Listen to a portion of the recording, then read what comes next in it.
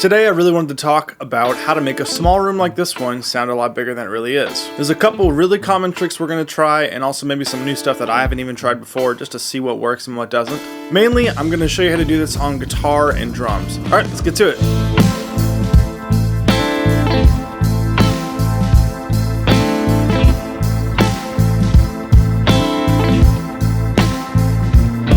To try and get a really big drum sound out of this small room, I'm going to use this Cascade Fathead. It's a $160 microphone. It's really great for the money. And this type of microphone is called a ribbon mic. So it picks up in what we call a figure 8 polar pattern. So it picks up sound from the front and the back like a figure 8. Now what that also gives you though is a really big point of rejection on the sides of this microphone.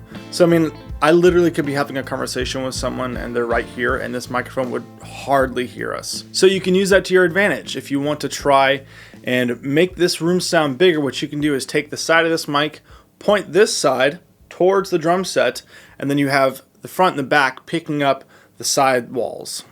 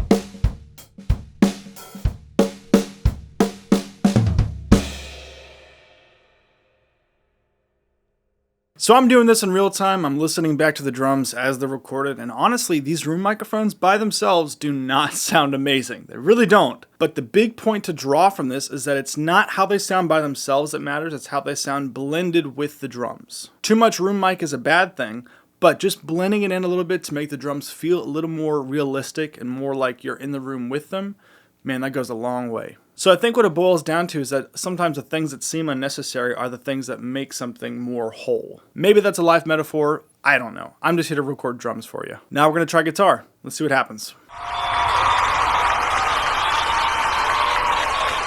I know what you're thinking. Why is he wearing a different shirt? Why is the lighting different? Why is he eating a taco bowl in front of my face? Well, you see, hot. Oh, that was hot. Long story short, I'm having to refilm this part. So for these guitar examples, I played a Telecaster. I'll show a picture here. Through my Vox AC10, here's the settings here. And I put a Cascade Fathead ribbon mic on it because it's a pretty bright amplifier and that's a pretty dark microphone, so they pair really well together. In terms of what I did for the room mic, I had this guy, this red shotgun microphone. It's a red 12 by 12 gauge microphone. It's an omnidirectional microphone. And what I did is I took it and I pointed it up at the ceiling, right above the amplifier, about a foot off the ceiling, in fact. So throughout these examples, you're gonna hear the isolated guitar, the isolated room mic, the two mics blended together. And then I'm gonna show you a couple things that I would do if I were using this in a mix. So one thing is I'm keeping both the mics in mono and I have a blend of those two sounds. I think the ratio is like 0 decibels to like negative 12 decibels. So it's kind of quiet for that room mic, but it adds a lot. Another example I made is where the isolated guitar track is on the left side and the room microphone is on the right side, just about 50% on both sides. What that does is give you a really nice stereo field.